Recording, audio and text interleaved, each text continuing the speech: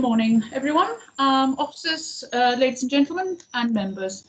You're very welcome to this meeting of the Licensing Subcommittee of the 3rd of March 2021. My name is Councillor Johnson, and as the Chairman of the Licensing Committee, I'm the person presiding at this meeting, and thus in order to open the meeting, I ask for nomination for Chairman of this subcommittee. May I please have a nomination for Chairman from one of the two members? Thank you. Chair, I'd be happy to nominate you as the chair of this meeting. Thank you, Councillor Dion. And may I have a seconder, please? So seconded, Chairman. Thank you, Councillor Johnson. Thank you very much indeed. So as the chair, we will continue then, and we will start with housekeeping, and I will look to our clerk of the meeting, please, with regard to housekeeping, to read the order. Thank you. Thank you, Chair, and good morning, everyone. Please note that this meeting of the Licensing Subcommittee is being recorded by the Council for live broadcast and will be published on the Council's website for a minimum of 6 months. In order to ensure the meeting is managed effectively, please could everyone present follow these ground rules for speaking. Only speak when invited to by the chair. State your name before you speak if you have not already been introduced by name. Please ensure that you unmute yourself and always turn on the video function before speaking. Please mute your microphone when you are not talking. After each party has made their representation, the chairman will ask each person in turn if they have any questions or comments. However, if at any point you would like to speak again, please use the raise your hand function at the top right of the screen. Finally, please ensure background noise is kept to a minimum and that mobile phones and other devices are turned off or switched to silent for the duration of the meeting. Thank you. Thank you very much. I'm just noting that about the phone. I hadn't turned mine down, so we all turn our phones down. So I've also switched my washing machine off, which was making rather a noise. Thank you very much. May I now have any? There are no apologies for this meeting, Chair. Thank you. Okay. Now this morning we are welcoming some members who are sitting in for observation, and that's Councillor George Farquhar and Councillor Sarah Anderson. And they are more than welcome to sit and observe the meeting and then join us for the deliberations at a later stage. Just be observing, they won't be taking part. I'd also like to thank our reserves who have stood in this morning, and that's Councillor Dwayne Farr and also, no, I just have Councillor Farr, and George Farquhar, who's our reserve member. And of course, Councillor Farquhar is going to sit in and observe. We also have Councillor Lawrence Williams. Good morning to you, Lawrence. You're more than welcome. You're not participating, but you're going to observe and also join us in our deliberations just to observe. I hope that is okay. I'm just checking on some chairs chat now, if you'd give me just a moment. No, everything is fine there. So you're all very welcome this morning. And so I will now go on with regard to declarations of interest, and you will find the declarations of interest, which is flowchart on the agenda at page 2. I will ask each member in turn if they have any declarations of interest. Councillor Johnson, do you have any declarations of interest? I have no declarations of interest, Chair. Thank you, Councillor. And Councillor Dion, do you have any declarations of interest? No declarations of interest, Chair. Thank you, Councillor. And for the record, I have no declarations of interest either. So I'll now move on to the protocol for public speaking. This is during COVID. The revised is at agenda item 4, where we do not give the decision at the end of the meeting. We will retire to deliberate, and it will be published accordingly within 4 days. And all the information is on agenda 4. So moving on then to the main substantive for today, and that's item 5, and it's Malinka Market, 586588 Christchurch Road, Bournemouth, BH1 4BH. So an application has been received for a new premises licence for the premises known as Malinka Market, and this matter is brought for the subcommittee for determination. It was deferred from the 17th of February as the solicitor acting on behalf of the applicant's agent submitted written supplementary documentation less than 24 hours before the start of the hearing. Not all parties agreed to accept the information at such time, and the subcommittee agreed to defer the hearing to a later date in order to enable all parties adequate time to review the documentation, and that later date being 2 weeks hence, which is today. So I will now ask each participant to introduce themselves and to state their role. I will start with myself, and I'm Councillor Jude Butt. I'm chairman of the full licensing committee, and I'm chairman of this subcommittee for today's hearing. Councillor Brian Dean, thank you. Yeah, Councillor Brian Dion. I'm a councillor in Penhill Ward. Thank you, Councillor. And Councillor Toby Johnson? Councillor Johnson, member for Alderney and Bourne Valley, member of the full licensing committee. Thank you very much. I will to reserves, or one reserve, Councillor Farquhar. Councillor Farquhar, are you there? Thank you, Chair. Councillor George Farquhar, Oscombe East and Puxdown Ward, and I'm observing today. Thank you. And our two observers, Councillor Anderson. Good morning. My name is Councillor Sarah Anderson. I represent Moordown Ward and I am observing today's meeting. Thank you, Councillor. And Councillor Lawrence Williams. I'm Councillor Lawrence Williams. I represent the Littledown and Iford Ward.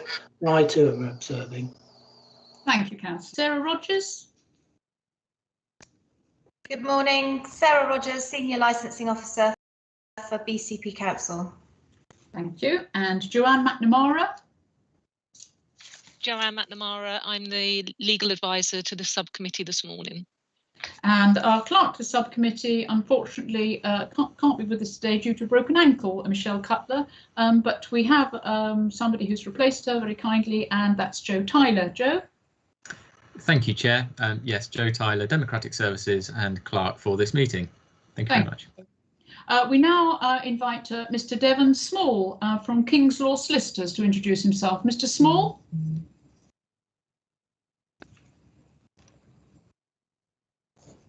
Are you there, Mr. Small?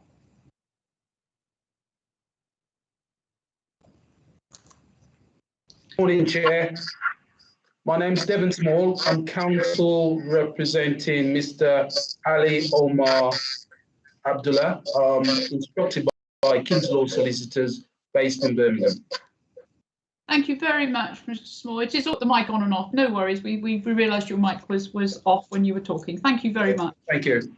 Mr. Barry Hodgson is the agent for the applicant, but he is not with us today.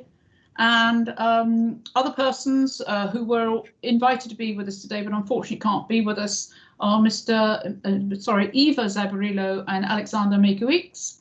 And now I'd like to introduce and ask Mr. Philip Day to introduce himself, please.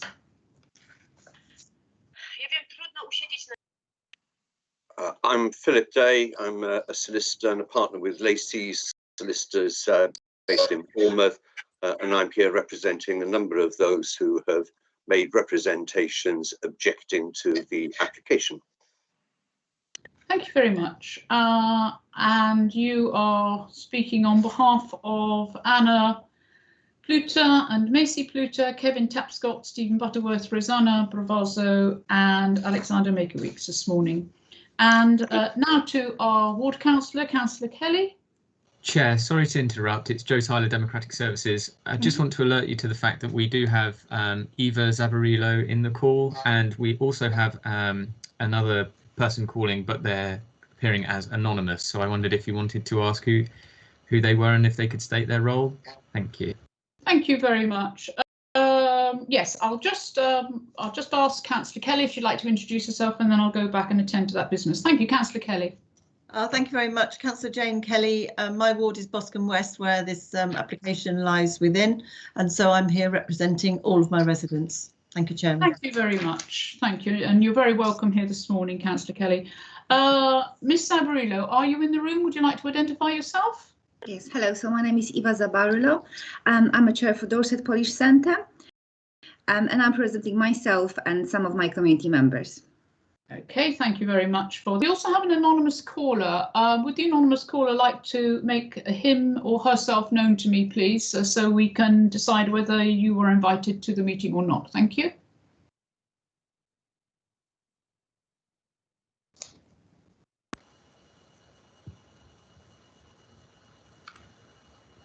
Please speak, anonymous caller.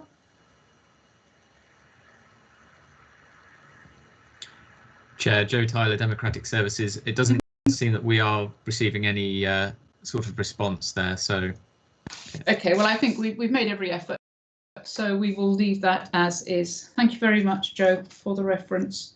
Now moving on to item 6, prior to explaining, to let you know that there are other Democratic Services officers are providing technical support to the meeting, but will take no part in the meeting. Okay. Prior to explaining the order of speaking, I'd just like to confirm the following, please. That all persons who have given notice of their intention to speak have been identified. I believe we've done that eventually. And that any person who wishes to withdraw representation or wishes not to speak has been identified. So members of the public, if there's anybody who no longer wishes to speak or withdraw, if you would indicate, please, with your hand. OK, thank you very much for that. So I will now explain the proposed. OK, thank you very much, Nikki, for your assistance. Nikki is going to leave us now. Thank you so much. I will now explain the proposed procedure, order of speaking for the hearing as follows. I will ask the licensing officer, Sarah Rogers, to present her report. The applicant's representative, who is Mr. Devon Small, will then make their application on behalf of their client. There will be questions of the applicant's representative by all other parties, and those parties are the ones that are present, other persons, that's Eva Zabarillo, Mr. Philip Day, Councillor Jane Kelly, and our licensing officer, Sarah Rogers. There are no responsible authorities, but there are other persons, so they will then make their representations, and they are in person Eva Zabarillo. Alexander Makowitz could not join us, unfortunately. Then Mr. Philip Day, who's speaking on behalf of 6 residents, and then Ward Councillor Jane Kelly. Then there will be questions of the other persons, and those questions of the other persons will be from Eva Zabarillo, Mr. Philip Day, and Councillor Jane Kelly. Members of the subcommittee will go first, and then in reverse order, it will be Mr. Syringe, it will be Mr. Devon Small, Mr. Dosanjh is not joining us, and Sarah Rogers. And that's questions of the other persons. And then all parties will be given an opportunity to sum up, and those who spoke last will go first. I will try and keep the order straight. There are a lot of people to speak, and I'm intending it to be Sarah Rogers, Mr. Devon, then Councillor Kelly, then Mr. Day, then Eva Zabarillo, and then we should move to our deliberations. The hearing will then conclude. The subcommittee will deliberate in private with our legal advisor and clerk and our invited observers as members.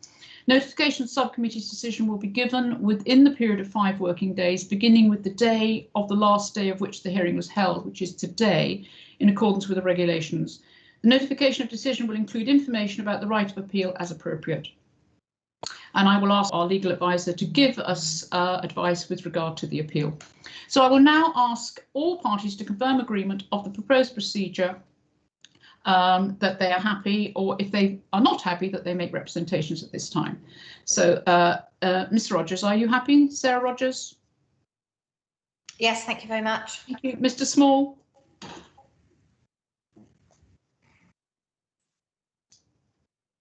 Just pop your mic off on, Mr. Small, so you can tell us that you're content with the procedure. Thank you. Yes, I am contented with the procedure. Thank you.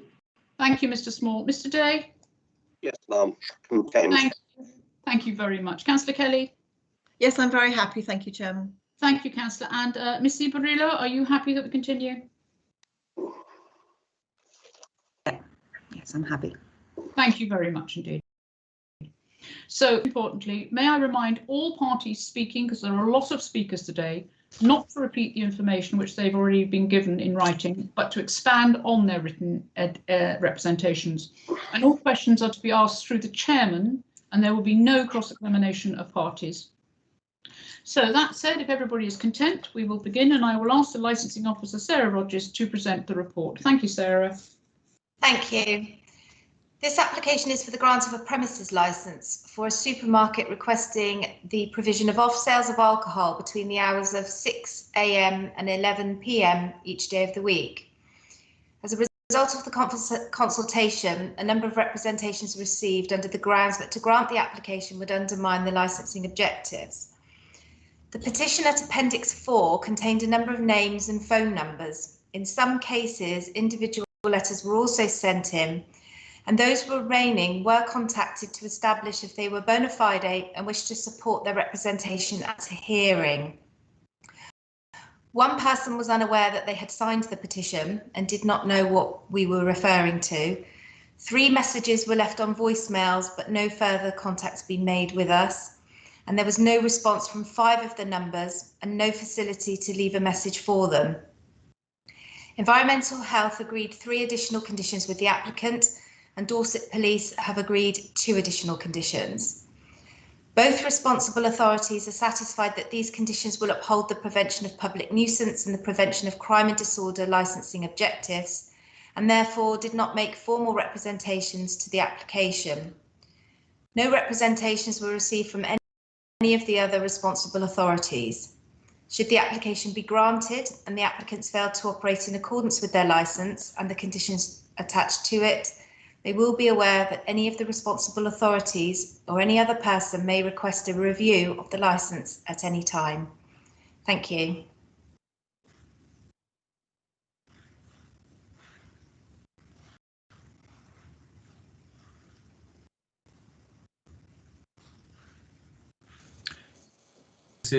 You may be on mute at the moment. We can't hear you.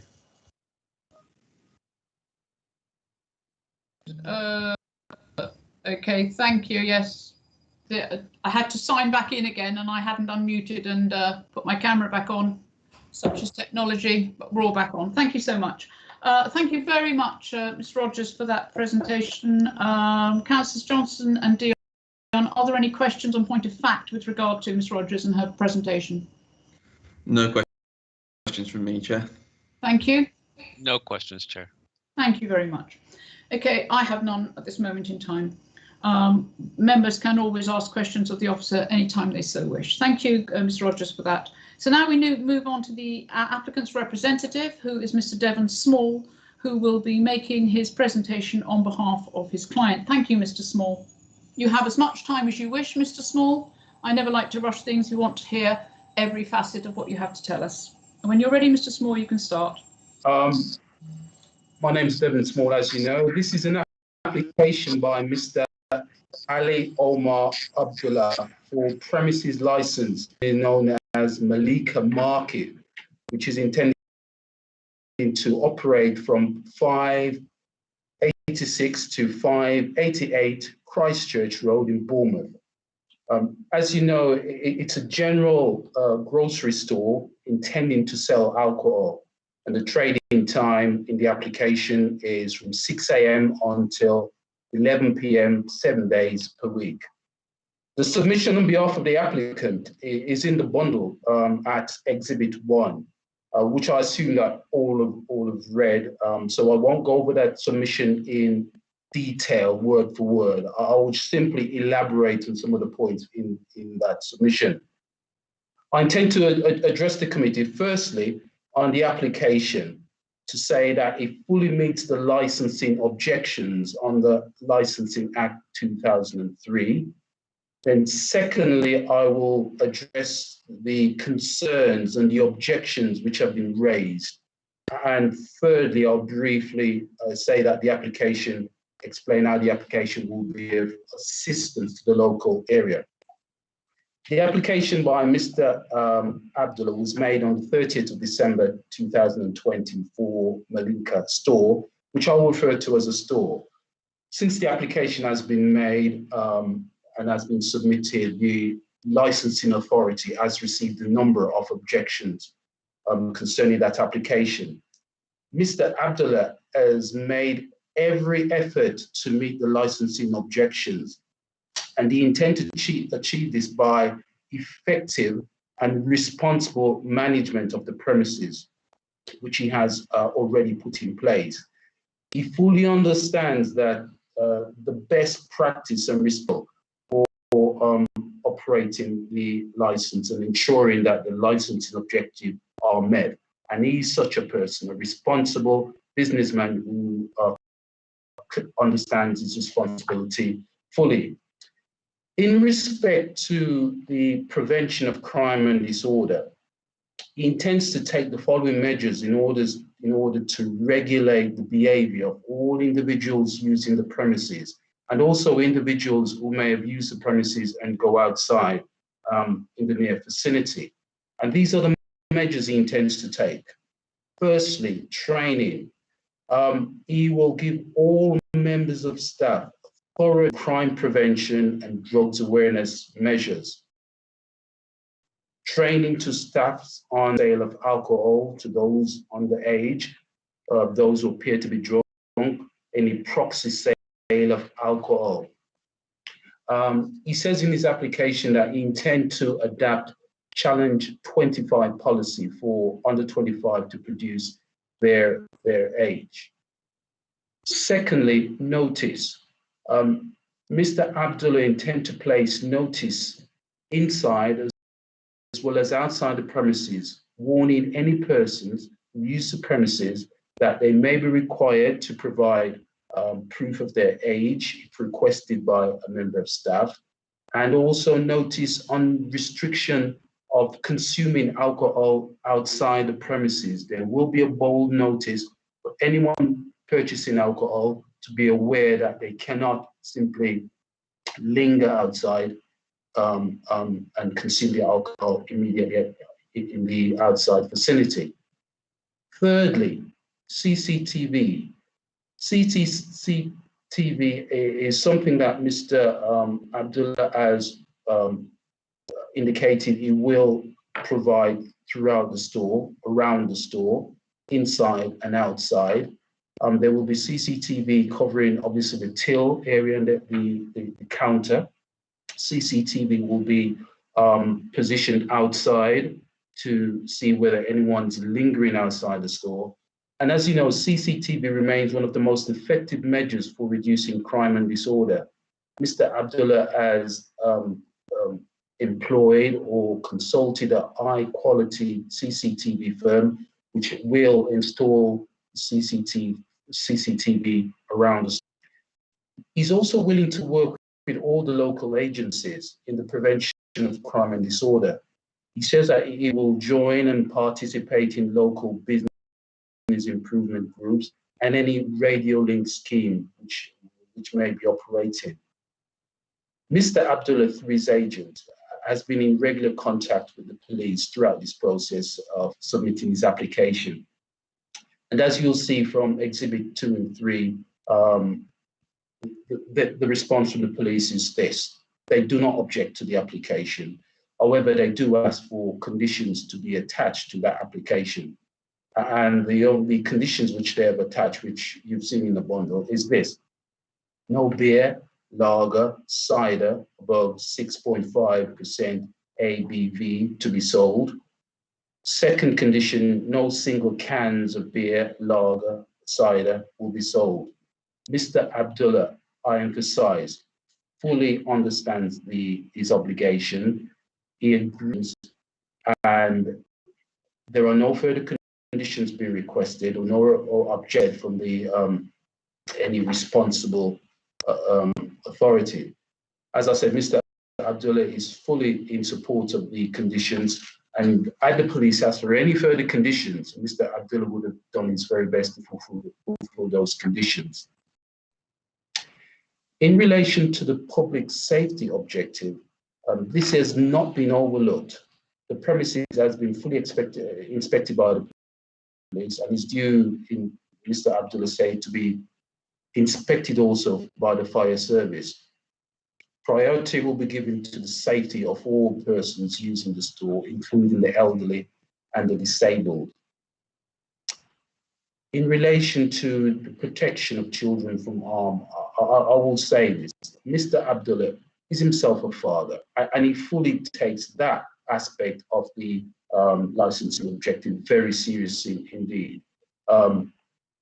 As I have already stated, notice will be placed on the premises, including behind the counters, that any person using the store may need to. He has also said this, that in his training and hiring of staff, he will ensure one of his things that no member of staff has any convictions for any offence of selling alcohol to minor. He'll also ensure that no member of staff as any conviction which may pose a risk to children from the store. So his hiring of the staff will be vetted thoroughly on those points. All members of staff, as I said, will be checked for previous convictions. And in relation to the public nuisance element, I will say this, that there's very little that there's limited steps that he can take, practical steps to reduce the public nuisance in the vicinity. I've seen the figures in one of the objectors letter, and I'm not challenging any of the figures, and I'm not attempting to go beyond the figures of antisocial behaviour in the Boscombe area. I'm not disputing any of those figures. Those numbers appear to be very similar to large towns up and down the country. Mr. Abdullah intends to work with local business and neighbourhood group to see what he can do to help combat any public nuisance in that area. He's willing to listen to local residents on any views, and he continues to work with Dorset Police to help to implement further measures which may help to try and reduce the public nuisance in the vicinity. I'll turn now to the objections in the application. Mr. Abdul is concerned the issues in the objections made by various people. And I'll firstly point out to the objections made by Nancy Curtis in her email. I think that's Exhibit 4. And if I just quickly look at her reference, she makes a number of points, and I think one of the points, the 4 points that she makes in her objections is firstly that she says, given that there are stone benches directly outside the premises, it would cause drinkers to congregate outside. The second point she makes is that there are already several shops selling alcohol late at night in the area. And the third point, situated very near and are likely to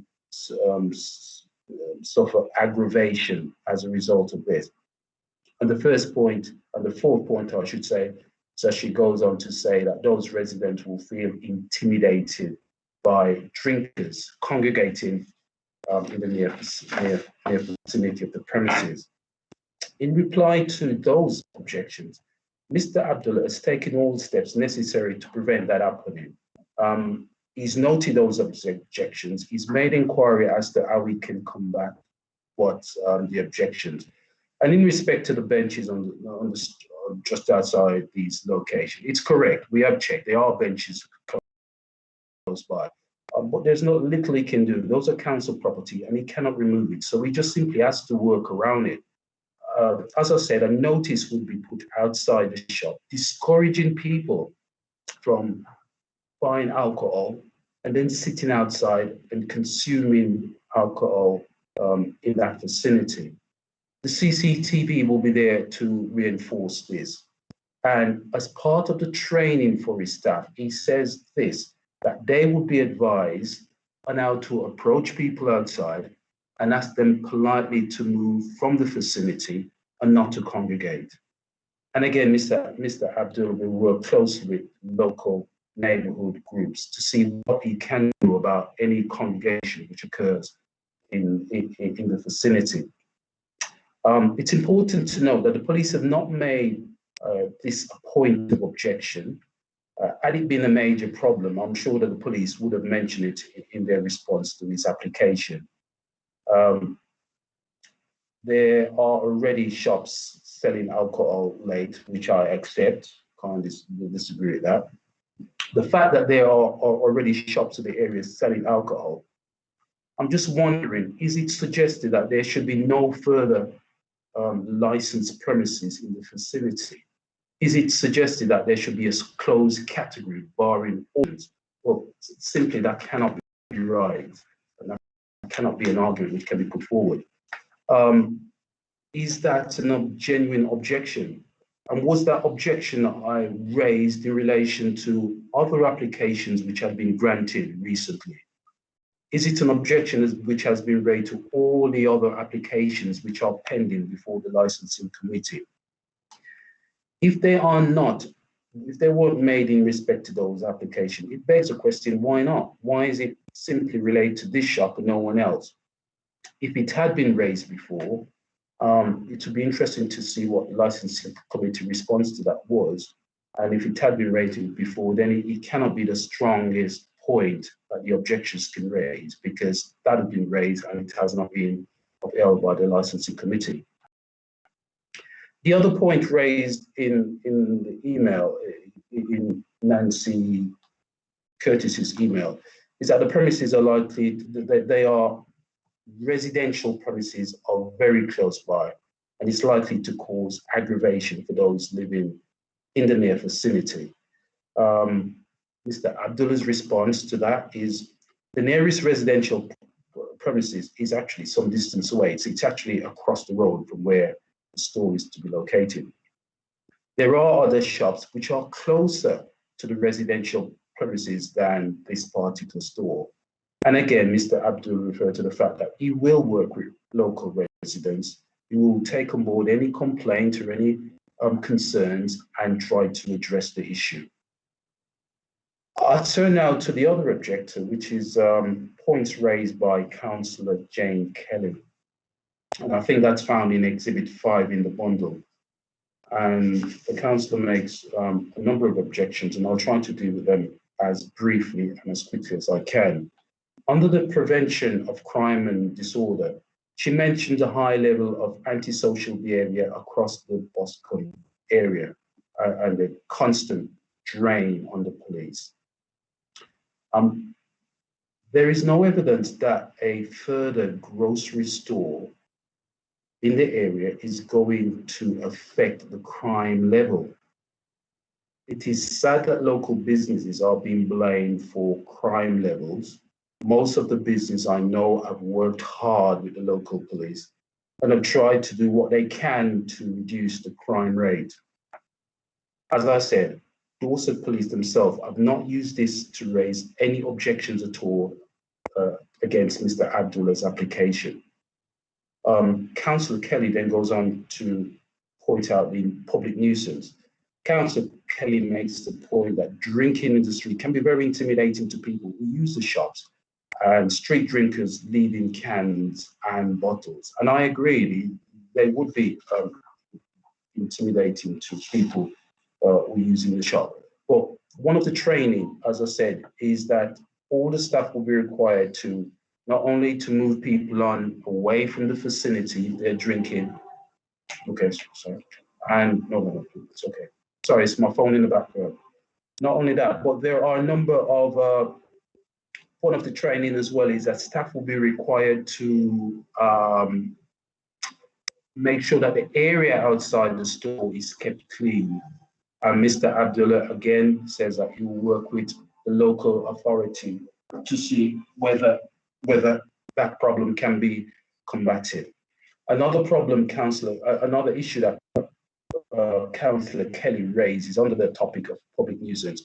Her concern is that, in a letter, is that local residents say that they have endured noise and nuisance since 2003 when the licensing legislation was amended. I know that's a point, but the other point is that since that time, the licensing committee have granted a number of licensed premises since that time of 20-year period.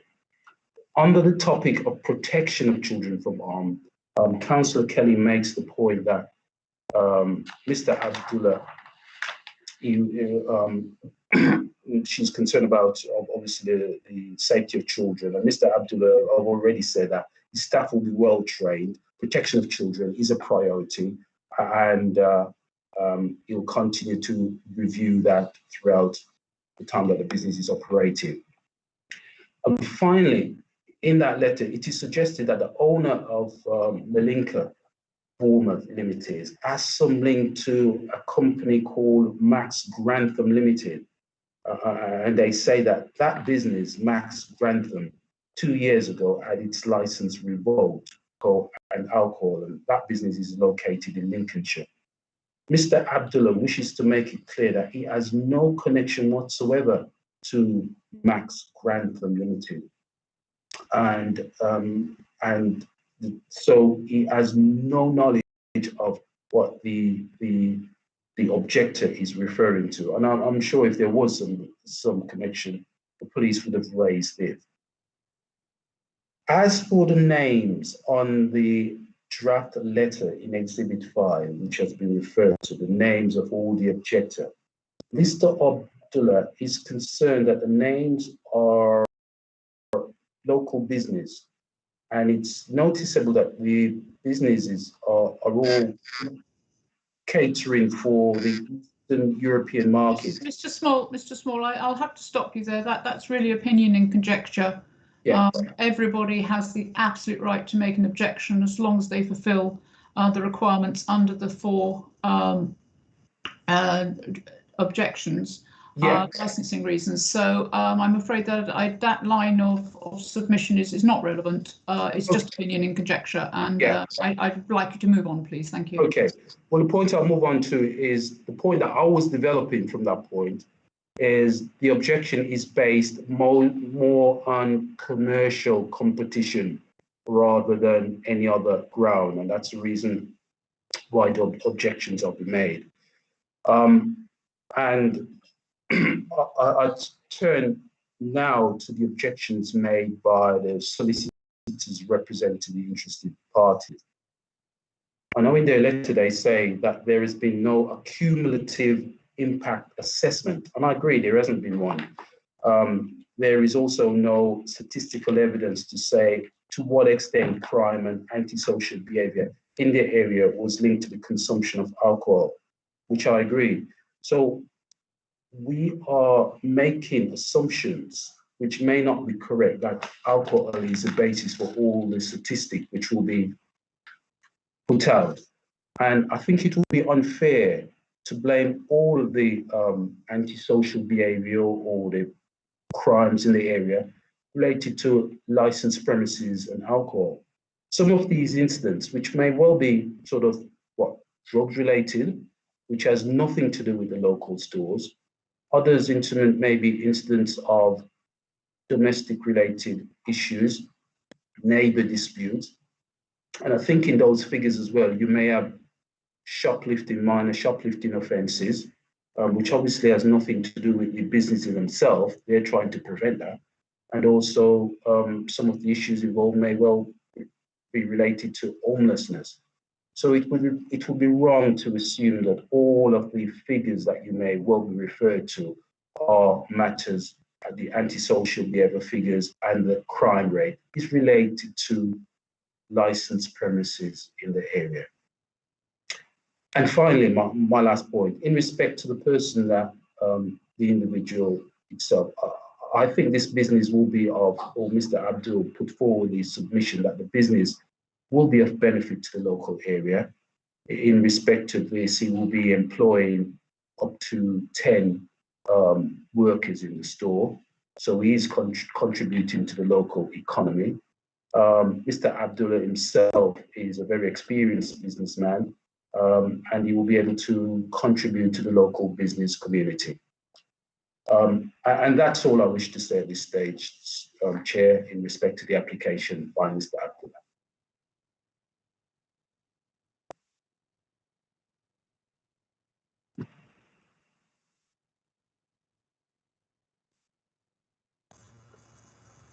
Chair, it's Joe Tyler here. Sorry, you're on mute. Somebody keeps muting me. I don't know who that is. I didn't mute myself there. Okay, we will start again. We now have questions to the applicant by all of the parties, and we will start with members. So members, Councillor Dion, do you have any questions at this time? Yeah, I have just a simple question. Thank you, what Councillor. percentage of the turnover would alcohol sale be in part of the market? So how much alcohol sales contribute to the overall turnover of the market, the Lincoln market? Do you know, Mr. Small? I haven't got the exact figure on that point, so I'm not able to answer that question, sorry. Okay. Okay. So if ours was turned down today, would that totally prevent the market from opening as being a grocery retail outlet? It will. It will. I have the exact figure. On conference with Mr. Abdullah yesterday, he says it will be a major part of the. Can you hear me? Yes, we can hear you. Yeah, okay. It will be a major part of the business premises. So if the alcohol license is turned down, he says that he will not pursue the business. Okay, thank you. I think you Yeah, have no further questions. Thank you. Thank you, Councillor Dean, for your question. Councillor Johnson, do you have any questions at this time? Thank you, Chair, but no further questions. Councillor Dion asked the same question that I was going to. Okay, thank you. Yes, I did have a question. You did cover it in your submission, but I just think we'd like to hear once more for the record, because it was a great concern by a lot of the local people, the other persons who made submissions, with regard to Max Grantham Limited. You said there was no connection whatsoever. We did indeed check and found that the business was incorporated much later than the incident that happened with regard to Max Grantham Limited. But could we just have your assurances, please, Mr. Small, that that in fact is nothing to do with this applicant? Thank you. Yes, yeah. Conference again with Mr. Abdullah yesterday, he says it's nothing to do with him.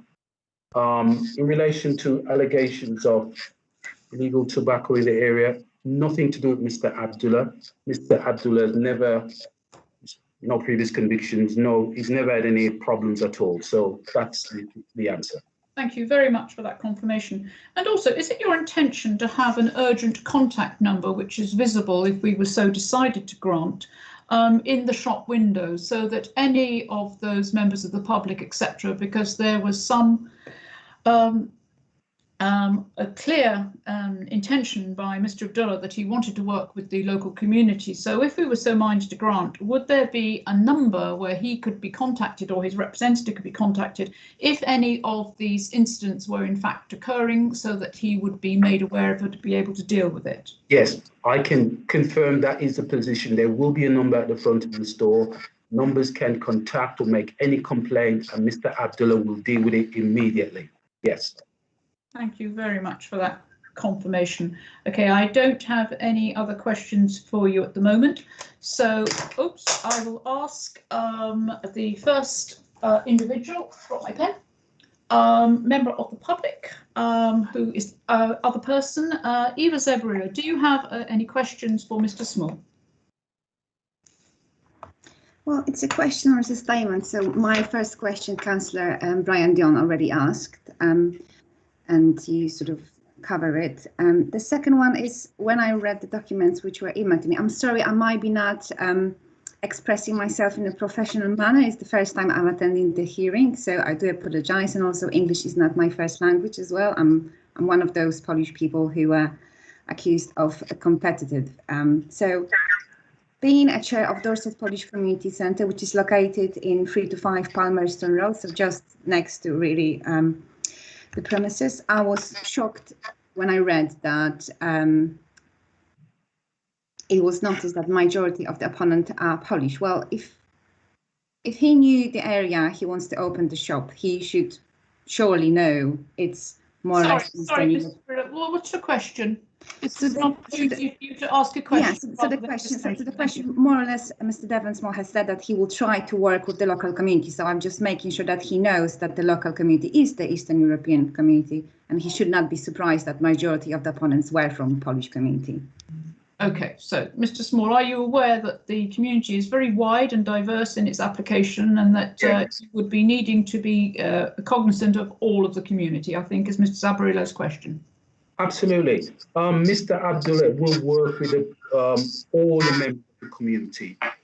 He does hope to contribute to the local Polish, I forgot the name of the organisation, the Polish business community, and that is no problem to him. He will work fully with the business community in the area.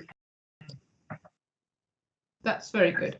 Okay, thank you very much for that answer. So, Ms. Siberia, unless you have another question, I'll move on to the next We can move on. Individual? No, thank you very much indeed. Okay, so moving on then to Mr. Day. Do you have any questions for the applicant's representative, please? Yes, please, through you, Chair. Firstly, I'm intrigued. Can you tell us why it is that Mr. Abdullah isn't here himself today? Why he's not here himself today? Sorry, gentlemen, please. So questions through the chair. I don't believe that question. Mr. Abdullah is allowed to send a representative, of which he has done. We've accepted that. His presence, whether he's here or not, is irrelevant. So can we move on to the next question, please, Mr. Day? Yes, ma'am. In terms of, you mentioned and you put in the bundle, Malinka Market Bournemouth Limited. What is the connection? Mr. Abdullah is a director of that company? The only Malinka Market is the store in which Mr. Abdullah is connected. Right, I'm just trying to understand. Mr. Abdullah is the applicant here. Yes. He's also a director of a company called Malinka Market Bournemouth Limited. Well, okay, my understanding is that is the store that we are dealing with, the Malinka Market. Right, through you, Chair. Mm-hmm. What is the connection of this company with this business?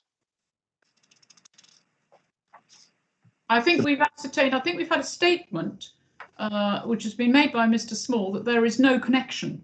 So Mr. Small has made that statement, and I think we have to accept that statement that there is no connection. That question has been put, unless you're asking a question which is different to that, Mr. Day. Yes, I am. Would you agree, Mr. Small, that there are two directors of Malinka Market Bournemouth Limited, the other director being Mr. Ahmed Nouri Ahmed? It appears to be so on the documentation, yeah. Right. Would you also accept that the same Ahmed Nouri Ahmed is the sole director of Max Grantham Limited? I'm not entirely sure if that individual is connected to that store. All I can say for the applicant is that he has no connection with Max Grantham Limited at all. No connection, no business connection, nothing. That his fellow director does? His fellow directors may, but he has no connection at all. Okay, I'll leave that. Just one other question, and I would have hoped to, I ought to perhaps have asked this of Mrs. Rogers. You refer, or reference is made to these premises having previously been licensed. Can you elaborate on that, please?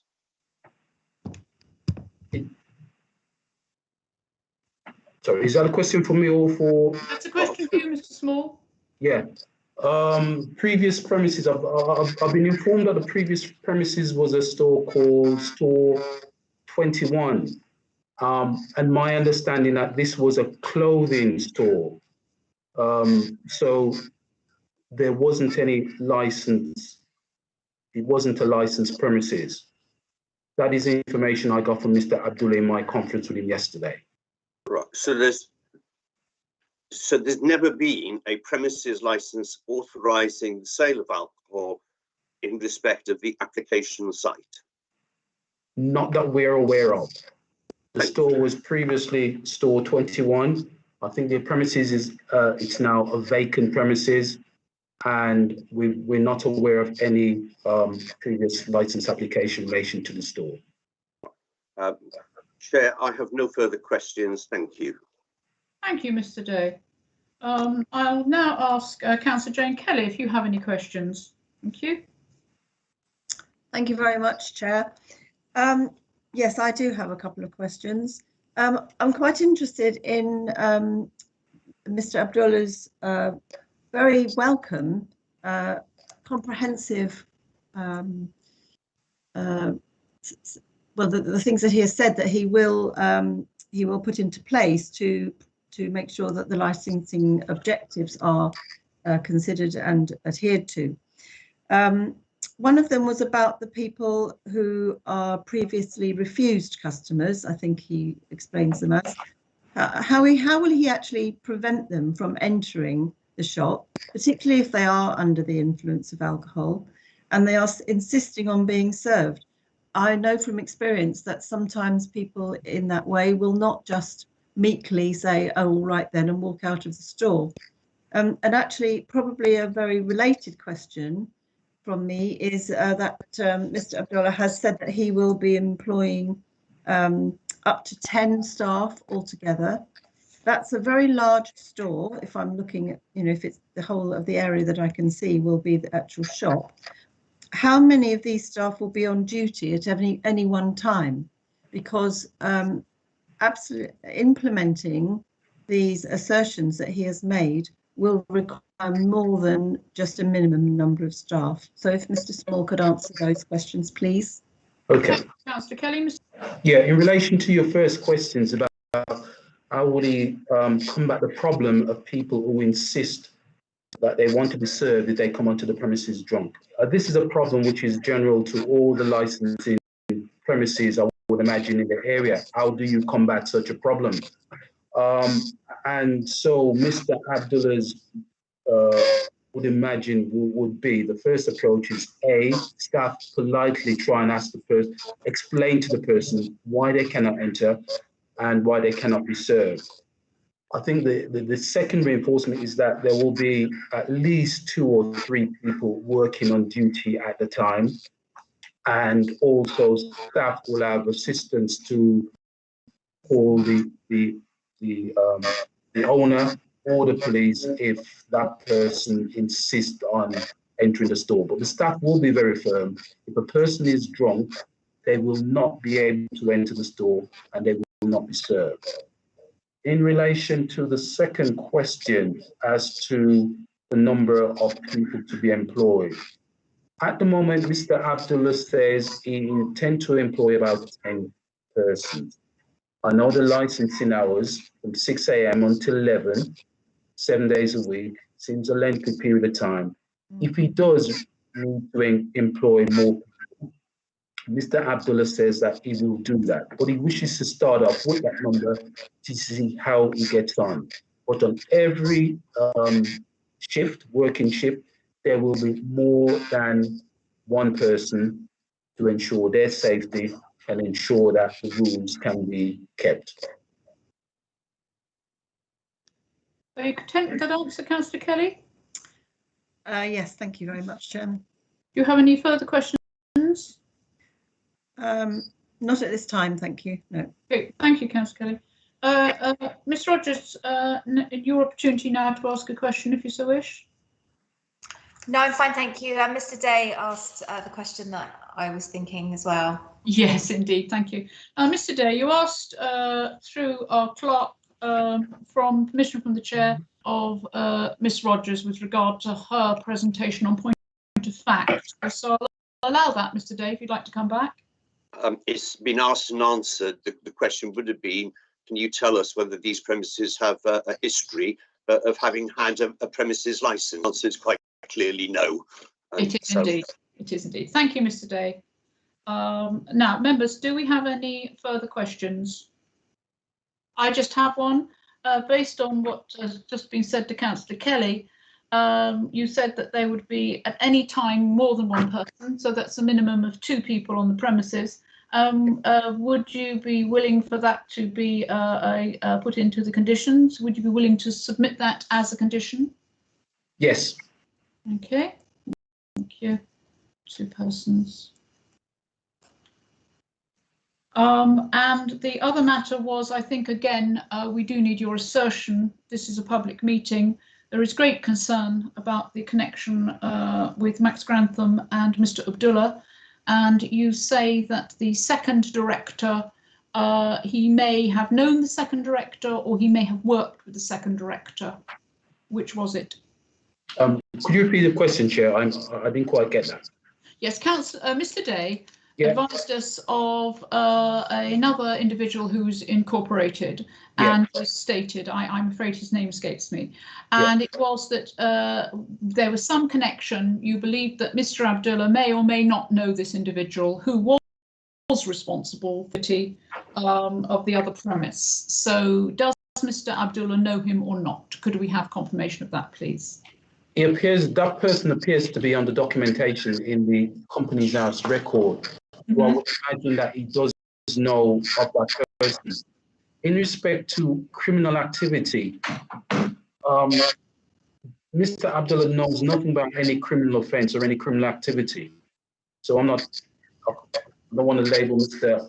Abdullah's knowledge. He knows nothing about any of that information. Thank you very much, Mr. Small. And the other question was, paragraph 24 of Mr. Abdullah's submission says that he owned an off licence in the Netherlands. He has run a business in the UK.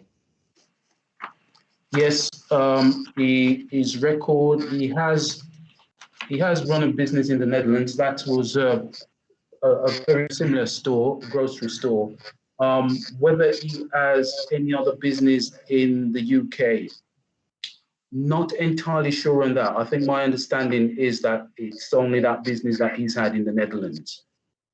So it's unknown to you, you're being honest, whether or not he has ever run a business in this country. That is correct. In fact, I don't want to commit myself to the wrong answer. So I can get back to the committee on that point at some stage. Well, that is why Mr. Day, although I asked Mr. Day not to pursue this questioning with regard to Mr. Abdullah not being present, this of course does your client a no service when he's not here to answer those types of questions in his own behalf. But he isn't here, so we are where we are. If you're able to get an answer to that between now and the end of the hearing, I think that would be useful for all concerned. Thank you, Mr. Small. Okay. So members, are there any further questions for Mr. Small? Councillor Dion, Councillor Johnson? Not No at this questions, stage, thank you. Thank you very much, members. There will always be an opportunity, of course, for members so to do. Now, we have no responsible authorities, but we do have other persons who have submitted their representations. So we will start with Eva Zabarillo. Ms. Zabarillo, if you'd like to go ahead, thank you.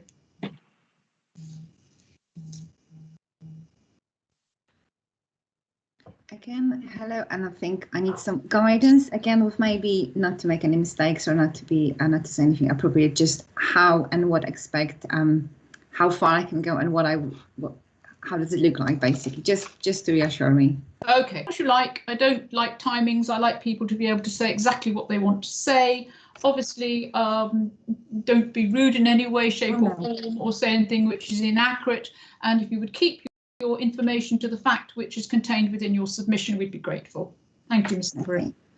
So I can only refer to the question which I've already asked. So I was a bit surprised when I read that papers that Mr. was accusing that the letter which we did was made from published committee members, which, like I said, I was surprised because the name of the shop indicates it's an Eastern European name. Malinka refers to very sweet summer fruit. I haven't found that name in any other languages. So again, he should know the area and he should know that. Perhaps I can assist you, Ms. Zabarillo. The whole notion is for you to take us through your submission and your concerns as to why you feel this license shouldn't be allowed. Yes, then it might be when you have an opportunity later to speak, you can make further in your summing up, you can make those other comments. But I think we have ascertained that anybody is allowed to make an objection, regardless of whether they're store owners or not. So if that's helpful. Yeah. So it's just I'm aware that I'm just a bit afraid of that this whole situation, opening a new store with allowing selling the alcohol, it will have another impact, negative impact of our local community. And me organising some events, I already had some problems in the past where family events could not take place, or if we had some people who consuming alcohol in our area. They were just making disruption for our families and for our families' events.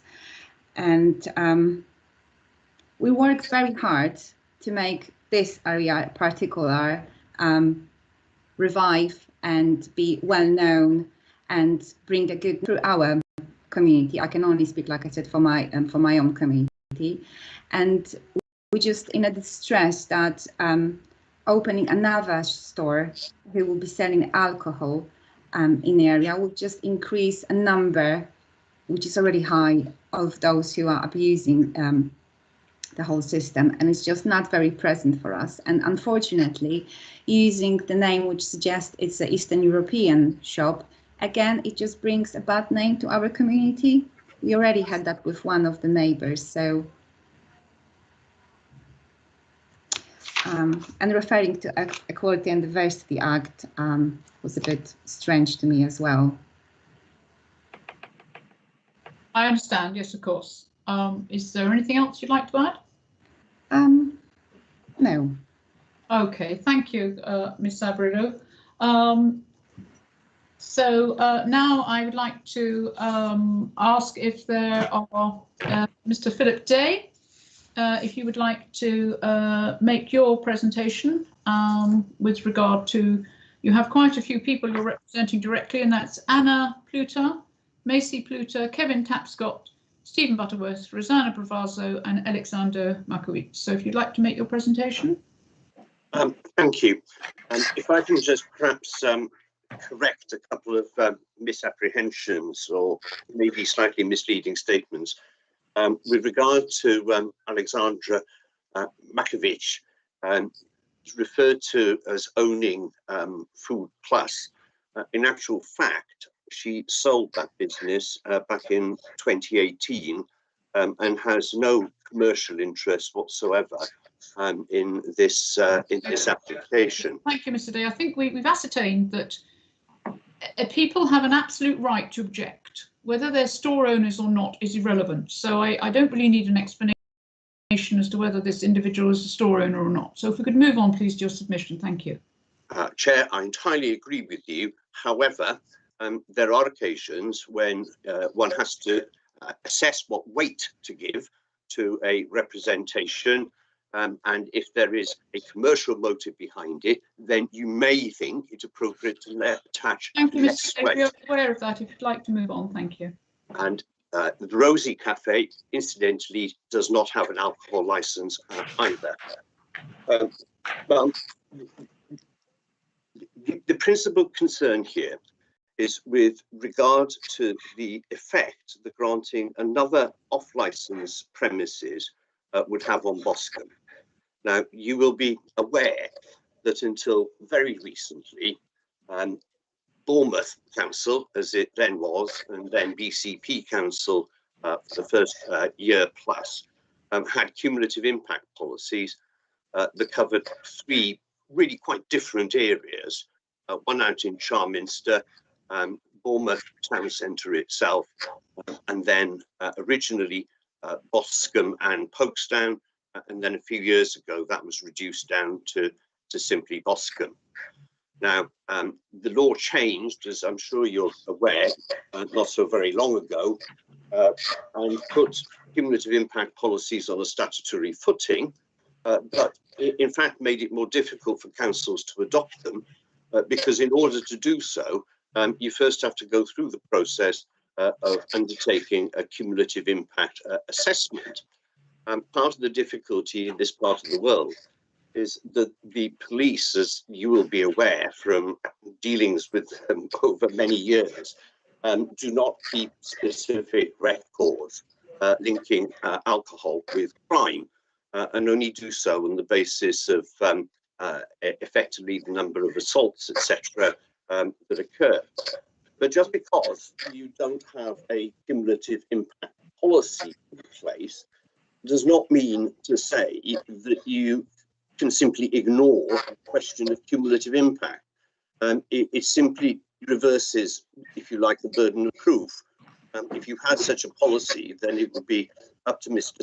Small and persuade you that the grant of their application would not have an adverse effect on any of the licensing objectives, and in particular crime and disorder. Whereas if there is no such policy, then it is really for those who are making representations to establish that there is an issue and that it will be made worse. You will have seen the evidence that has been put before you by all of those who have made representations and their concerns, which I'm sure Councillor Kelly will echo, that despite the best efforts of the council and the police, there continues to be a real issue with crime and disorder and antisocial behaviour, which local residents will tell you are clearly associated with the consumption of alcohol in the street and in the back streets. Also drug abuse. We're not going to suggest here that this application would, if granted, contribute to any drug problem, but it will inevitably contribute towards the difficulties that are caused in Boscombe by those who consume alcohol to excess and abuse alcohol. You don't simply have to rely on the word of residents. It is unfortunate that the police don't produce all these statistics for us, but there is publicly available information which I have replicated in part in the representation that I made.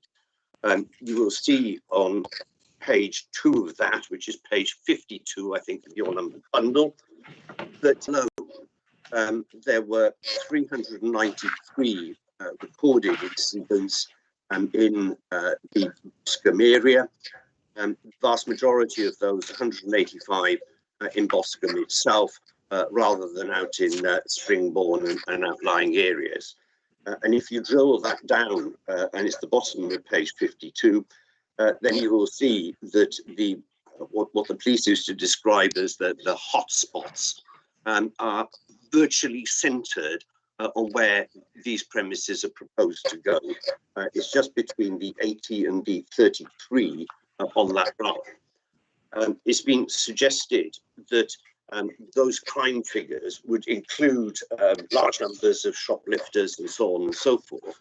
But I'm afraid, sadly, that's not the case, because if you look at the graph on page 53, which gives crime levels overview and crime types description, then you will see that indeed shoplifting is on that list, but it's down in 6th place, only slightly above burglary. And the vast majority of the crimes that are recorded within Boscombe are antisocial behaviour and violence and sexual offences, which again, as local residents will be able to tell you and have told you, are very clearly associated with the consumption of alcohol. It's also interesting, you may think, to look at what's happened over the last 3 years. And there is a graph helpfully there as well. You would have thought that with all the pubs and nightclubs and late night bars shut and all the rest of it, that one would see a significant drop during the lockdown periods of levels of antisocial behaviour and violent crime. But sadly, that's simply not the case in Boscombe. It is pretty well continued at more or less the same level, regardless of whether all the pubs and bars and so on are locked down or not. It is therefore clear beyond peradventure that alcohol-related antisocial behaviour and violent crime in Boscombe must be connected to off-licence sales of alcohol. There are a substantial number of off-licences there already. I know that a number of those that I represent and others have used the word need in their representations. We don't need another one. Need, of course, is not something that you can or should take into account. However, the fact of the matter is that there is a substantial number, or there are a substantial number of premises that authorise the sale of alcohol for consumption off the premises already. And to add to that would inevitably add to the cumulative impact. It is of some concern to me to hear Mr. Small say that his client would not open these premises unless he was able to sell alcohol. That clearly shows that the intention is very much that there would be a high dependency, is literally make or break, on the sale of alcohol at these premises in an area that is effectively saturated already. And it is not speculation, but more an inevitability that there will be increased competition to get market share and so on. It's absolutely 100% inevitable. And you've seen the sort of offers that so many off-licence premises put out there already. Whilst that may be a great thing if you're somebody who wants to buy beer, wine, spirits, whatever, and the prices come down because of increased competition, it just makes the situation even worse. It's more easily and more readily available to those in particular who abuse it. Just want to make a couple of comments about the conditions agreed with the police and with environmental health. That's all fair and good, but with the greatest respect, it does not specifically address the issue of street drinkers in particular.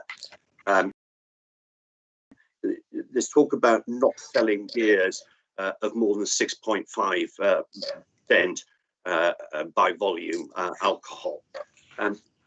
That's not the sort of stuff the street drinkers are interested in. You're talking there about the high strength craft beers that are really expensive.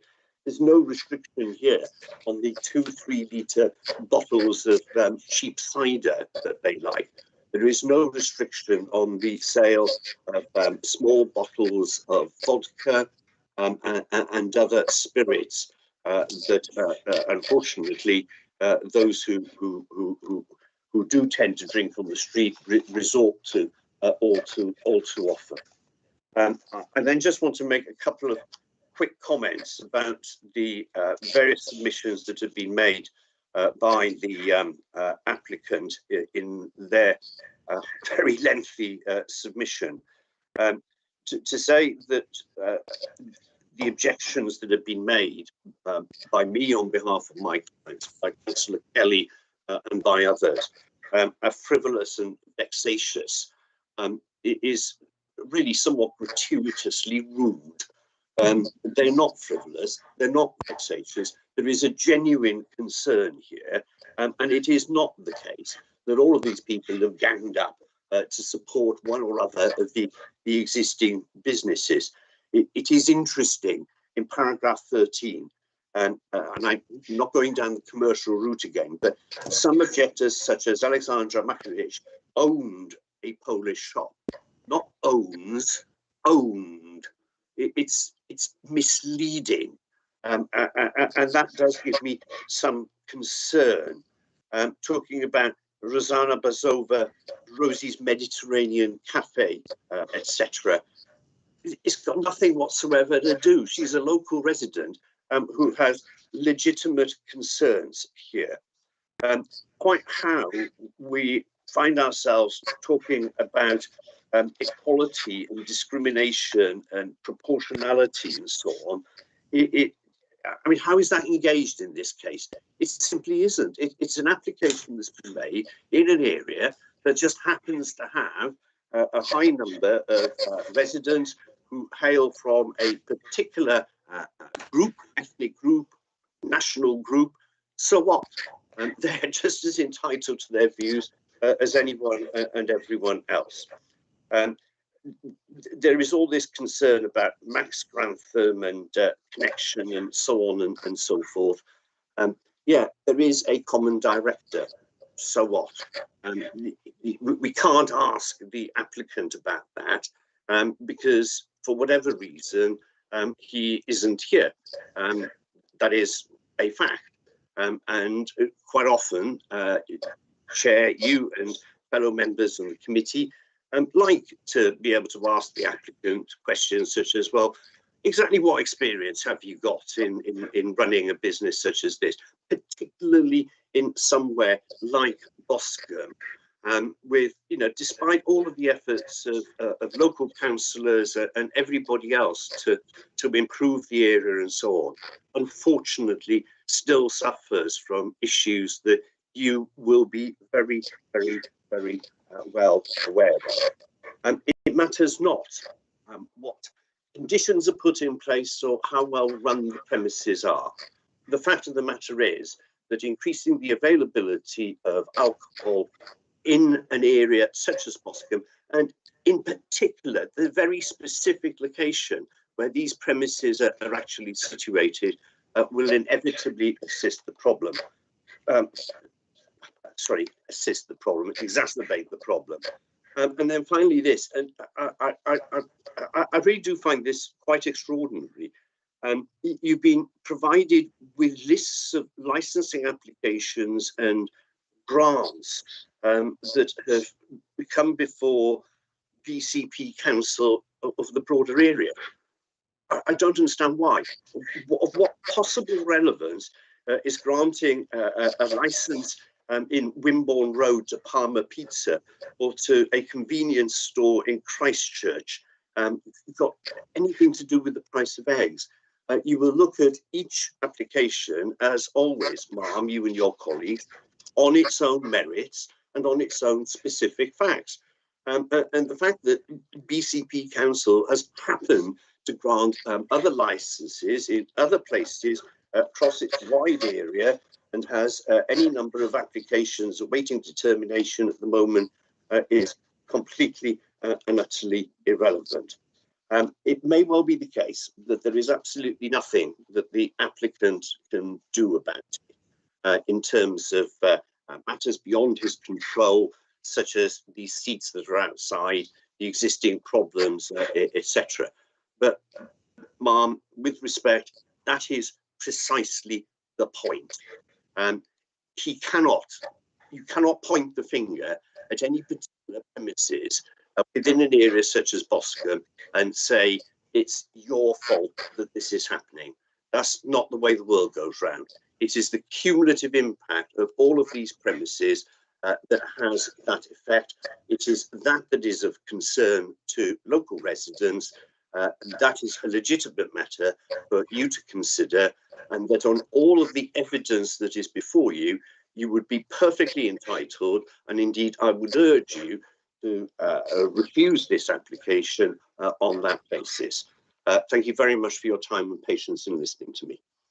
Thank you, Mr. Day. Members, before I ask Councillor Kelly to put forward her submission, just to assure you that as you actually advised yourself, we don't take notice of that which is irrelevant, and the objections as being versed as vexatious and frivolous, we are not taking any mind of that type of accusation within any submission.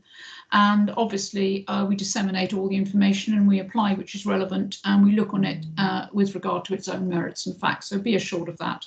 And also that we are also fully aware, as we've already advised, as I have already advised, that anybody can send a representative.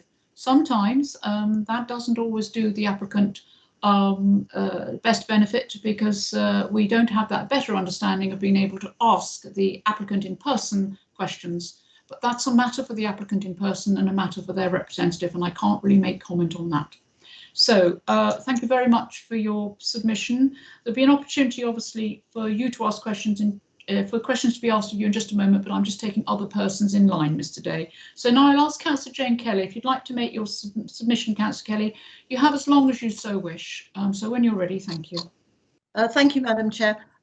May I leave my video off, please, because I did get disconnected to this meeting for a minute or so earlier on, and I don't want that to happen again. That's absolutely fine, Councillor Kelly. That's absolutely fine. Yes, whatever suits you. We don't want you to be disconnected, so we're happy with your voice. Thank you. Thank you so much. So I want to thank others for their representations and would like to say the following about this application. I'm very, very concerned at the prospect of yet another supermarket style food shop opening in Boscombe Precinct and having a licence to sell alcohol. Apart from the well documented and enduring issue of very visible street drinking, causing intimidation and often alarm to shoppers and those passing through the precinct, there is also the danger of underage young people being able to purchase alcohol. As the applicant has noted, well, there will be a policy in place put there by himself to require identification from those customers. But at busy times, this isn't always possible, which worries me, as does the potential of proxy sales taking place to supply youngsters with alcohol illegally. I would also like to add that I consider the opening hours and therefore the availability for the sale of alcohol from 6 AM to 11 PM excessive in the highest degree. That is a very long time to be open. In the past, we've had a cumulative impact area in Boscombe, particularly along Christchurch Road and the precinct. Unfortunately, this has ceased with the advent of BCP and the change in legislation. However, the very fact that it was in place previously does point to the saturation of outlets in the area. The situation hasn't changed, just the legislation. We're lucky in Boscombe to have CSAS officers patrolling, as well as a fantastic but very stretched neighbourhood policing team. However, the issues caused by excess consumption of alcohol, particularly in the street, are far-reaching and constant. It may feel as though this is only just one more outlet and not very significant, but it is one more that we really don't want to, or need in Boscombe for the sake of the health and well-being of residents and shoppers. Established retail businesses in all shopping areas are struggling at the moment, with the possible exception of most food-related retailers. And so any extra antisocial behaviour which may discourage shoppers wanting to purchase their requirements in Boscombe will not be welcomed. Let me make it clear, I have nothing against the applicant at all. I have no issues with a food outlet being open. Market forces will decide whether it's required or not. The huge concern that I have is about the permission of a licence to sell alcohol for all the reasons mentioned above and also in my original submission. I feel that there are potential negative outcomes of this licence being granted, which could very reasonably be said to apply to all 4 of the licensing objectives. Another outcome not mentioned previously is on public health, which will be adversely affected due to the low prices of the alcohol on sale, resulting in high sales to those who are unfortunately suffering from addiction issues. So I respectfully ask that the board members, after due consideration of all the evidence, could refuse this licensing application. Thank you very much, Chairman. Very much, Councillor Kelly. Now, if you'd like to switch your mic off, thank you, Councillor Kelly. It's now an opportunity for questions to be asked of other persons by members of the subcommittee, Mr. Small, and by our licensing officer, Sarah Rogers. So are there any questions, members, for other persons at this moment in time? Councillor Johnson? Thank you. Those persons are Eva Zabarillo, Mr. Philip Day and Councillor Jane Kelly. Any questions to any of those 3 people, all or some of them, or none of them? Councillor Johnson. Thank you, Chair. I'll actually direct this first one at Mr. Day. Oh, thank you. Obviously, you talk about the well-known issue that is antisocial behaviour and crime and disorder within Boscombe, and you have mentioned the stats, which were very helpful in your submissions. However, the police have not actually objected to this application, and this is, obviously they take these things very seriously, and they'll be very well aware of the stats themselves, having compiled them. So I wonder if you'd like to comment on the fact that the police haven't actually objected to this. Thank you. Councillor Johnson. The guidance says that you take your lead from the police on matters of crime and disorder and the like. However, if that were the be all and end all of it, then with the greatest of respect to you, this subcommittee would not need to exist, because it would be a matter for the police to decide who's going to get granted and who isn't. It's your decision. Your task with making the decision here. Yes, obviously, you will note that the police have chosen not to make an objection outright, but simply made representations with regard to the conditions. But you are still duty bound, I would respectfully suggest, to take into account the concerns and evidence adduced by local residents and by Councillor Kelly in making your determination. As the police objected, it would have made our life a little easier. I don't pretend otherwise, but that's not the end of it. Thank you, Councillor. Councillor Johnson with an answer. Yeah, well, obviously we will consider other things. I was really wishing to hear your opinion on the fact that they haven't objected and why you might think that that is. Obviously, we will take into account everything else, and that certainly isn't the be-all and end-all. So we will consider other things. I really wanted to hear your opinion on why they hadn't objected.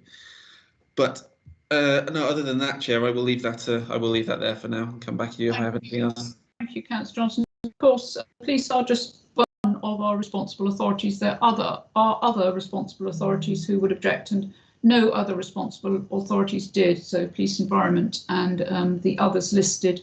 But of course, we must. We're duty bound to hear the objections of the public. And that's why we're here, and it's very important that we do hear those and that every opportunity is given for those members of the public and ward councillors to advise us and to add weight to what we will decide for the outcome. Thank you very much, Councillor Johnson, for your question. Councillor Dion, did you have a question? No, Chair, I have no questions. Okay, thank you very much. I wanted to ask with regards to an item that Councillor Kelly actually raised. Councillor Kelly, you have great concerns about the length of time of the premises opening between 6 and 11. As ward councillor, you will know your area very well. Could you advise me if there are any other premises in the locale that have licences of those timings? I don't know. I don't know whether that's a fact or not. I was wondering if you knew, because obviously it's your ward. Thank you very much, Chairman. I know that, for instance, Sainsbury's, who I believe to be almost the closest food outlet that also sells alcohol, they open at 8 until 8, so that's shorter time. I'm not sure about others. There might be one or two that are open before 8, but not very many. This would be, I'm sure, the longest period of time, and that it really does concern me because it brings into play those either end of the normal shopping hours when antisocial behaviour does happen because there are so few people around. So to be able to go and buy your cider at 6, 7 in the morning, which people will do, I know, is really not something that we wish to encourage. And the other thing about the lengthy opening hours that concerns me hugely is this business about the number of staff available. You know, I think there would be a huge, it would be possible that the applicant might be tempted to put perhaps just one staff on at the either end time, or maybe not the late time, but in the early morning, because there won't be many people around, which will then enable many other things to happen. You know, people buying it irresponsibly, shoplifting to happen possibly at the same time as somebody's, you know, keeping the one member of staff. So this, I think, in busy times, 2 isn't enough, really, with respect, Madam Chairman. And at other times, yes, 2 is essential. And I can't see that with 10 to choose from, he's going to be able to keep the shop open for that length of time every day of the week with, you know, with that number of people. Thank you, Chair. Thank you very much. A very expansive answer. Thank you, Councillor Kelly. So, no, not at all. Thank you very much. I don't have any other questions for Ms. Zabarilla or Mr. Day just at the moment, but I did want to ask a question, please, with regard to clarification, please, from either our legal advisor or from Sarah Rogers. The cumulative impact area, we heard a lot from Mr. Day about our responsibilities under this, and that even though there wasn't one in place, we still had to be mindful about this.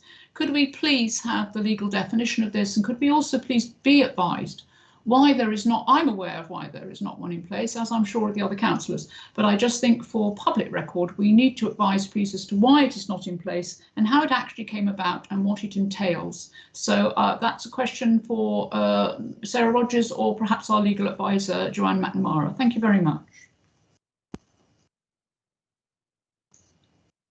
Chair, thank you.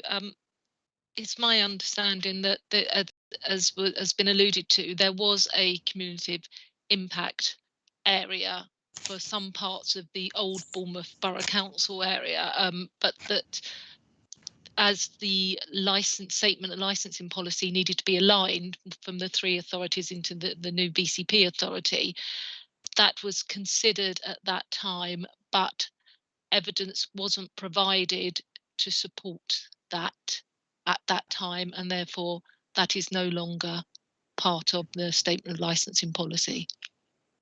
Yes, and that evidence not being provided, it was not provided because there was no capacity to provide it, not that it was just not provided because of a failing to provide.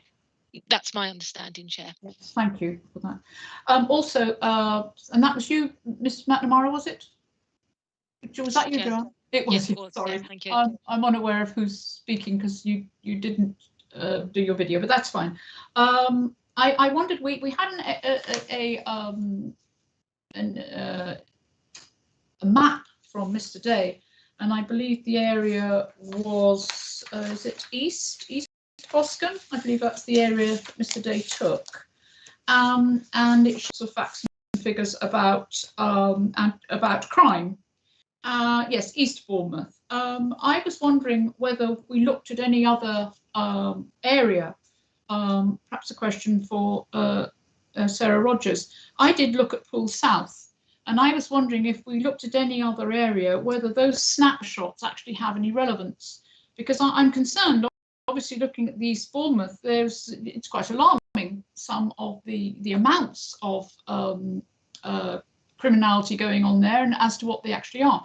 But I actually looked at Poole South, which covers areas such as Parkston Golf Club, part of Camford Cliffs, Whitecliff and Poole Town, and those numbers were just as alarming, if not more so. Poole Town 233, Whitecliff 66, Upper Parkston 75, etc., etc. So the numbers were similar to those numbers of which we saw, and I'm grateful to Mr. Day for providing this, because obviously we want to get a criminality is, but if it's a stat which actually, when you look at another statistic, doesn't actually seem to have any bearing, because they all seem to have their own issues, I'm concerned that we have some clarification whether if we looked at any particular area, such as Poole South, as to whether they would all be the same. And I was wondering, Sarah, whether you'd be able to comment on that, because you'd be more au fait with this, perhaps. Yeah, the evidence that we request from the police in support of representations to applications or the cumulative impact areas would be drilled down more specifically with regard to alcohol-related crime and any association with licensed premises around them. This information on the police website just gives a snapshot of crime, so you can't go into whether it's alcohol related or not. Well, that's most useful. Thank you very much. So we now have the cumulative impact matter, I hope, clearly stated. Are there any further questions? I'll come back to you, councillors, members. Councillor Johnson or Councillor Dunn, do you have any further questions for any of the other persons? That's Ms. Eva Zabarillo, Mr. Day or Councillor Kelly? I have no further questions. Thank you, Chair. And Sarah, do you have any questions? No, I don't, thank you. Okay, and Mr. Small, any further questions?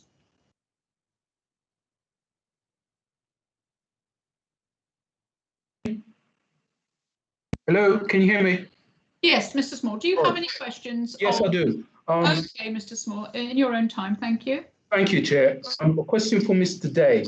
Mr. Day, in relation to the helpful figures that you've produced this morning concerning sexual offences and offences of violence, you went on to say that local residents tell you or put forward that these are alcohol related.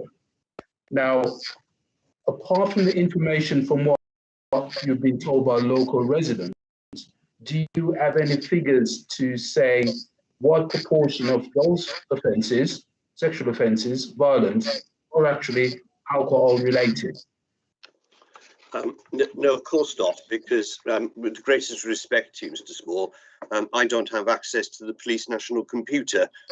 One can only go on the information that the police choose to make publicly available. And I would be the first to accept that it has its limitations, but it is the best that we can do. And that information is there. It goes into the mix, which I would suggest tends to support the views of local residents that within Boscombe, and in particular within the immediate area of your client's premises, there is a significant alcohol-related crime, disorder, antisocial behaviour problem. I wish I could give you detailed information, but it would appear that even the police struggle to extract that information and to provide it to the council. So I'm afraid that the likes of you and I are in real difficulties in getting hold of that information. I mean, you wouldn't get it under the Freedom of Information request, for example, because I know full well that the response would be that the cost of obtaining that information and providing it to the likes of you or I would be entirely disproportionate, and that would be a perfectly legitimate ground for declining to provide the information. It's an issue, it's a problem for all of us. So, supplementary question. So when you say that local residents tell you that these offences are alcohol related, you would assume it's right to say that they are assuming they haven't got information in which they base their opinion. It's just local people saying that. Would you agree with that? No, I wouldn't agree with that at all. If you live locally, if you read the local papers, if you talk to local people, if you're a councillor in the area, then you will know full well what issues Boscombe has, and that a very significant proportion are either alcohol or drug abuse related. I'm afraid it is a sad fact, and that despite everybody's efforts to improve it, it is still a major issue in Boscombe. Thank you, Mr. Small. Are you happy? Yeah, thank you, Chair. I have no further questions. Okay, thank you very much. Ms. Rogers, if you so wish, to any of the other persons, that's Eva Zabarillo, Mr. Day or Councillor Kelly. Is there anything you'd like to clarify? No, I'm fine, thank you very much. You're happy, okay, thank you. So then, finally, members, we've heard all the parties now, so before I ask all the parties to sum up, are there any questions or points of clarification for fact you'd like to ask of any of the other persons? Councillor Dion?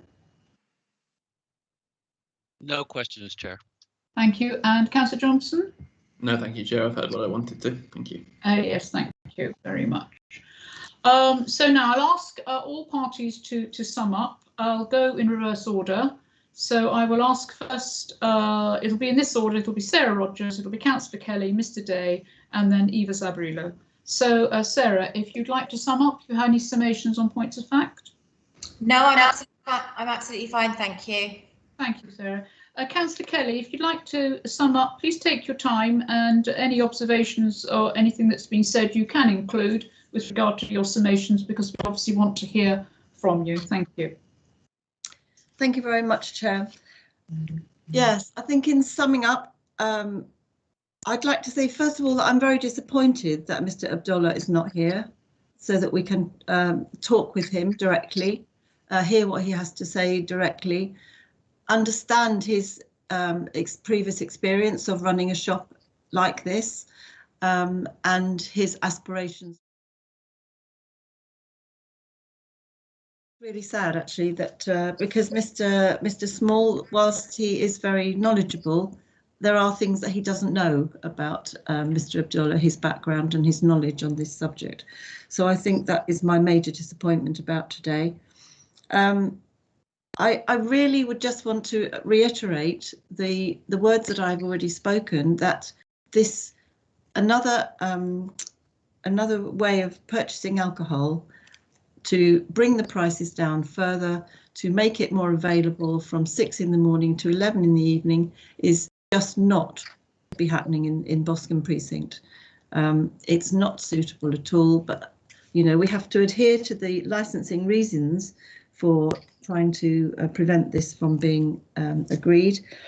And I think that Mr. Day has provided some figures on this, and as has been stated, being a councillor in Boscombe for the past 11 years, I know what happens there and what effect another shop of this nature will do to the local area. It's a huge shop. It's not just a tiny shop. It's big, and it's not going to give the right messages out to shoppers, to residents who have been imploring me for a long time to try and stop these shops being able to sell alcohol more and more. You know, that we all have, there are constraints on what we can do in this respect, but I think the facts are before us, and I hope it will be enough for you, Madam Chairman, and your colleagues to be able to refuse this. Thank you. Thank you, Councillor Kelly. A very good summation there. Thank you so much. Mr. Day, your opportunity to sum up. Thank you, Mr. Day. Sorry, I was just waiting for my microphone to light up. Indeed. I don't really think I can add very much to what's already been said. I'm certainly not going to introduce anything new at this stage.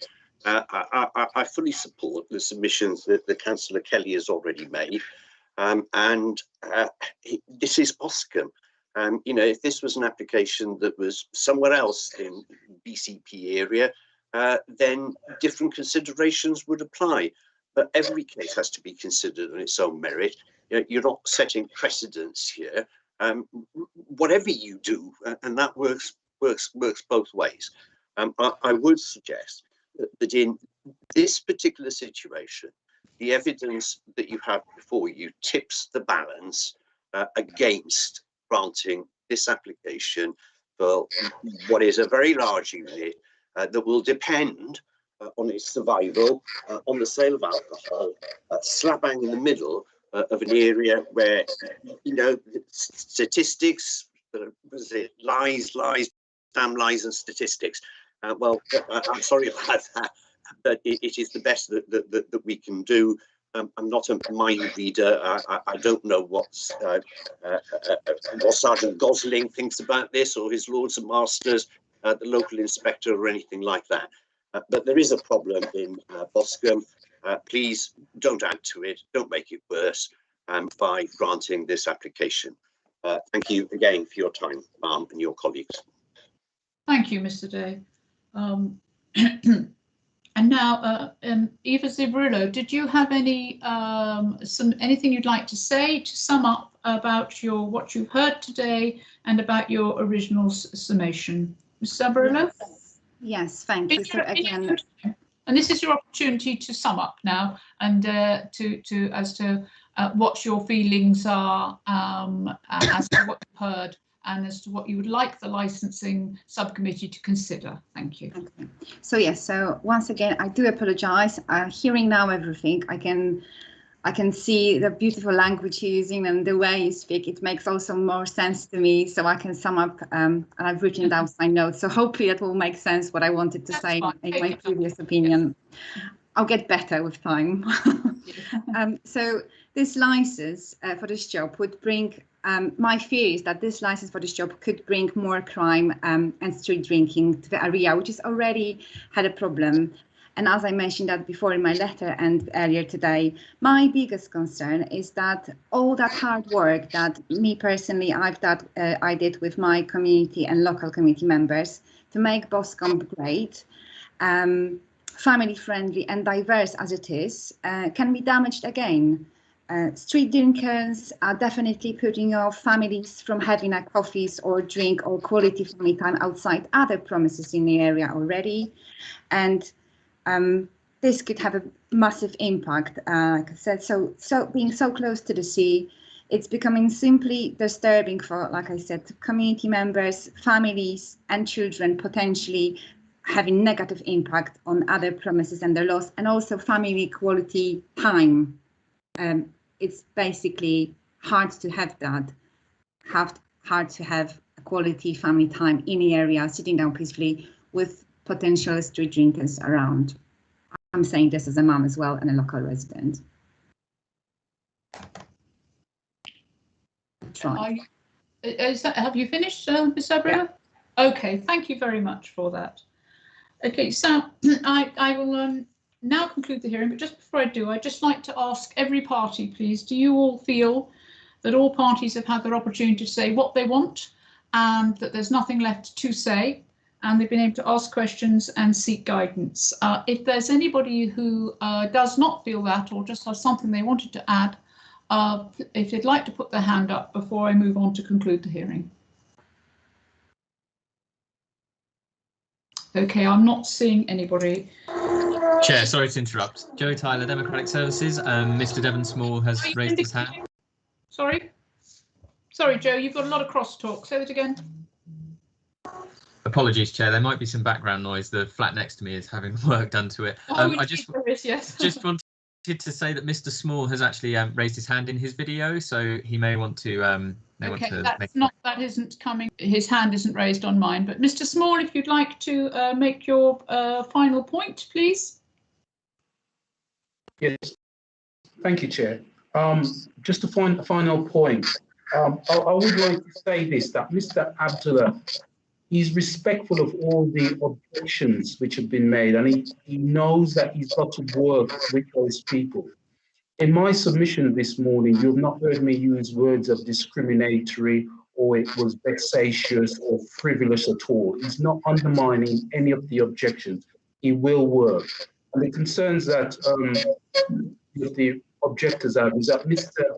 Abdullah will work to iron out the problems.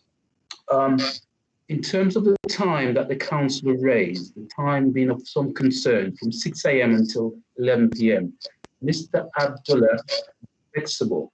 And if the committee feels that the time should be reduced, he's prepared to reduce it to 9 a.m. until 11 p.m. There was a point asked early on by you, Chair, whether Mr. Abdullah has any business interest in the UK. He hasn't. The only business that he's had is the business that he's held in the Netherlands. That was a successful grocery store, as large as the one that is proposed. Had a license to that store. There's never been a problem. And I have said Mr. Abdullah has got a good track record, never been in trouble with the police before, no problems relating to any license which he has owned. And as I said, he wishes to work with the community for all their concerns that they have. He will do his best to address those concerns. Thank you, Mr. Small. I must apologise for this morning. In fact, I left you out completely with regard to the summing up. I was a little thrown by the previous representative, Mr. Dosan. So my apologies, but thank you so much for that summing up and for being so polite in coming back and in so doing. So if everybody is now happy they have had the opportunity to speak, as our processes provide, I will now conclude the hearing. And the subcommittee will now adjourn in private with our legal advisor and our clerk to deliberate. And we have listened very carefully to what you have to say. And notification of the subcommittee's decision will be provided within the period of 5 working days, beginning with the day or the last day on which the hearing was held in accordance with the regulations, and that is today. This is the COVID regulations. We would usually make a decision today, but we can't because of COVID, because we are virtual. The notification of decision will include information about the right of appeal as appropriate, and I'd just like to ask our legal advisor, Joanne McNamara, if she'd just explain the right of appeal before I close the meeting. Thank you, McNamara. Thank you, Chair. Yeah, just to confirm that there is a right of appeal, and that period starts 21 days, beginning with the day that the applicant is in of this decision. Thank you very much. So, members, officers, ladies and gentlemen, and any members of the public who are listening, thank you very much for tuning into our subcommittee. I now close the meeting, and I will ask you, please, Max, to stop the live stream. Thank you very much.